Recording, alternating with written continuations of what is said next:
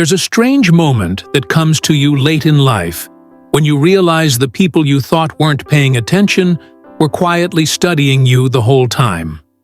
My name is Daniel, and I'm 74 years old. For most of my life, I thought my children were listening to my words, but I've come to understand they were watching my silences even more closely. I didn't grow up with much guidance myself. My father was a hard-working man, but distant, and my mother carried the weight of the house without ever naming it.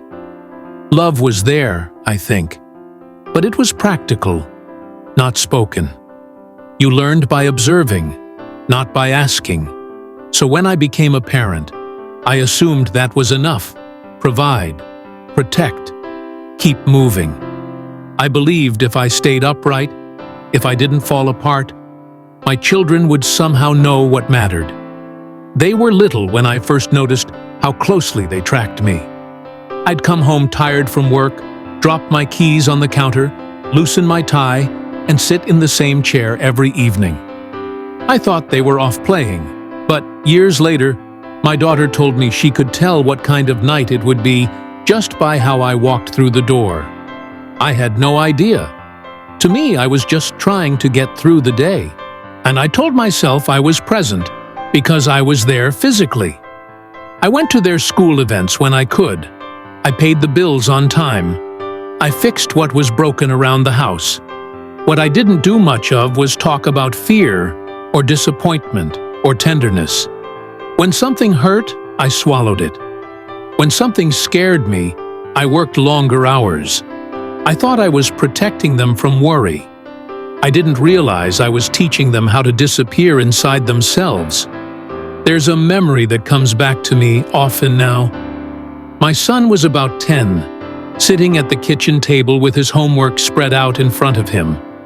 He was frustrated, on the verge of tears, and he kept erasing the same answer over and over. I stood behind him for a moment, watching. I wanted to help, but I didn't know how to step into that space. So instead, I told him to calm down and focus. He nodded, wiped his eyes quickly, and straightened his back. I remember feeling relieved, like I'd restored order. What I didn't see was him learning that showing frustration wasn't welcome. At the time, I thought parenting was about correction, about steering them back on track. It never occurred to me that they were studying how I handled my own failures. They saw me avoid difficult conversations. They saw me stay silent when I should have apologized. They saw me keep moving instead of sitting with discomfort. And they copied me faithfully. It wasn't until they were grown that the weight of this settled in. By then, they had their own homes, their own habits, their own ways of holding themselves together. I started noticing familiar patterns. But my daughter would brush past hard topics with a smile that didn't quite reach her eyes. My son would throw himself into work whenever life became uncertain. They were capable, responsible, and admired by others, and strangely distant, even from me. For a long time, I told myself that was just adulthood. Everyone gets busy. Everyone pulls away. But there was a moment that broke that explanation open. We were all together for a holiday, sitting around the table after dinner. The conversation drifted toward something personal. I don't even remember what exactly. What I remember is the way it stalled. Someone made a small joke, someone else cleared a plate, and just like that, the moment passed. I felt an ache then, sharp and familiar, and I realized I'd felt it my whole life. I'd just never named it. That night, lying awake, I began replaying scenes from years earlier, not as I had experienced them, but as my children might have. A father who never cried. A father who never said, "I was wrong." A father who believed love was shown through endurance, not expression. I had thought I was being strong. I hadn't considered that I was also being unreadable.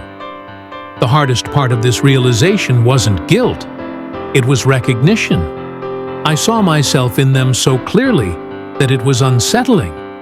The same guarded tone. The same instinct to smooth things over rather than dig deeper. The same reluctance to ask for help. They hadn't learned these things from lectures or rules. They learned them by watching how I lived. I wish I could say I understood this sooner. I wish I could say I changed everything once the truth became clear. But life doesn't work that way. An understanding arrives when it arrives, and often later than we'd like. What I could do, even then, was begin to speak differently. Slowly, awkwardly. I started telling small truths, admitting when I didn't know what to say, saying I'm sorry without explaining it away. It didn't transform us overnight. In fact, sometimes it made things uncomfortable. Old habits resist change, especially ones passed down quietly over decades. But something softened. Conversations lingered a little longer. Silences felt less tense. And once, my son told me he was scared about something, just said it plainly, without a joke or a distraction. I didn't fix it. I just listened. That felt like a small miracle. Now, at 74, I think often about the invisible lessons we leave behind, the ones we never intend to teach. Our children don't remember every rule you set or every piece of advice you give, but they remember how you carry yourself through uncertainty. They remember how you treat people when no one is watching. They remember whether home felt like a place where feelings could breathe.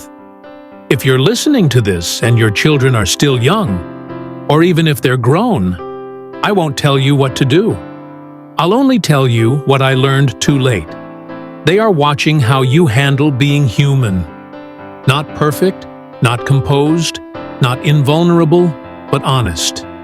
And whatever you show them in that quiet, ordinary way, they will carry forward, long after your voice fades. I used to think my greatest influence came from what I provided. Now I know it came from what I modeled without realizing it. And if I could speak to my younger self, I wouldn't tell him to work less or plan better.